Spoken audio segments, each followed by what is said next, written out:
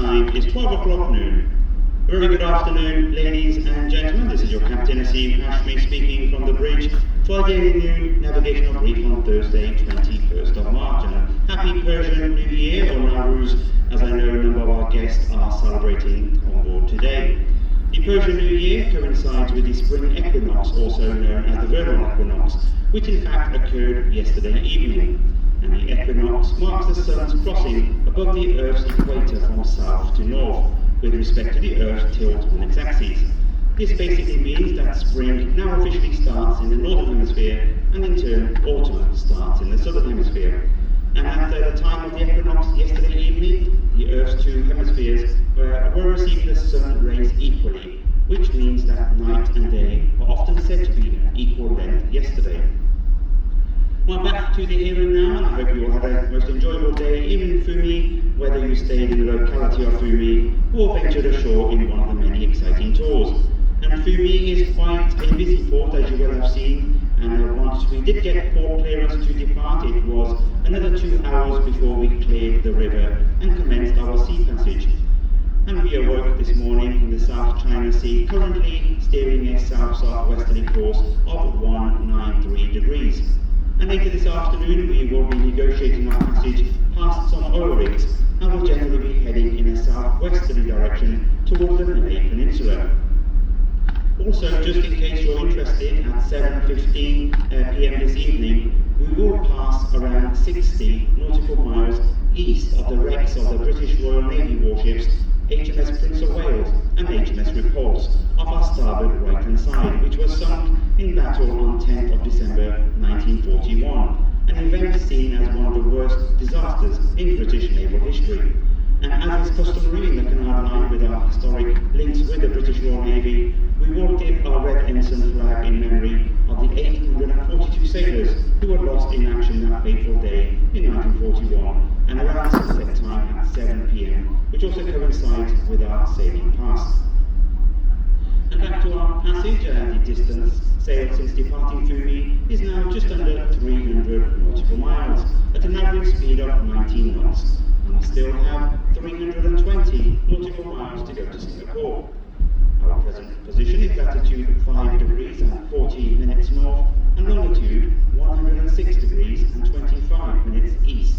And geographically, that place has been married to almost 200 miles southeast of the southernmost point of Vietnam, known as Mui Bai Vung, now astern of us on our starboard right side, and some 250 nautical miles east of the Thai-Malaysian border on the Malay Peninsula on our starboard right side.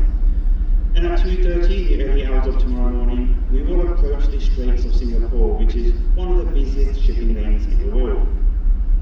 For information, the depth of the South China Sea is currently only around 60 meters, almost 200 feet.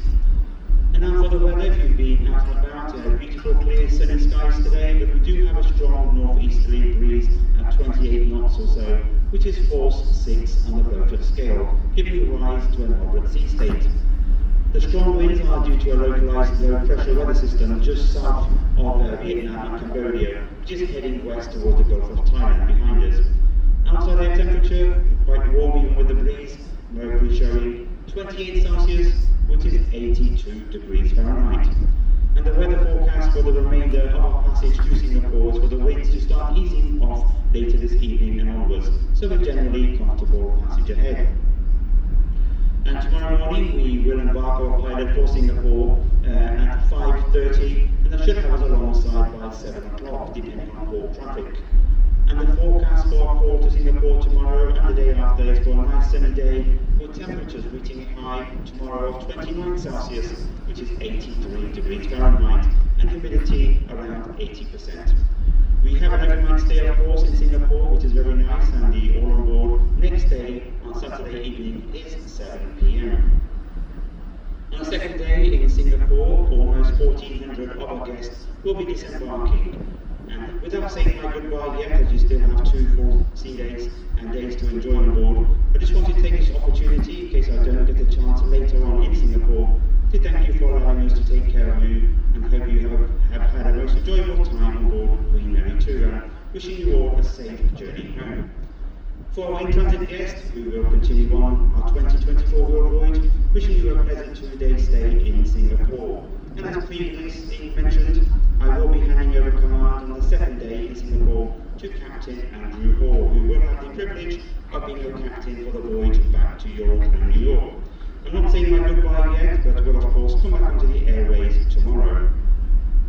Also, if I may take this opportunity to advise all guests to please ensure you have submitted and applied for your electronic Singapore arrival card online if you do wish to proceed ashore, and details can be found on channel 53 of your stateroom television. And also please kindly familiarise yourself with the Singapore immigration procedures as detailed in the information leaflet which was sent to your stateroom a few days ago.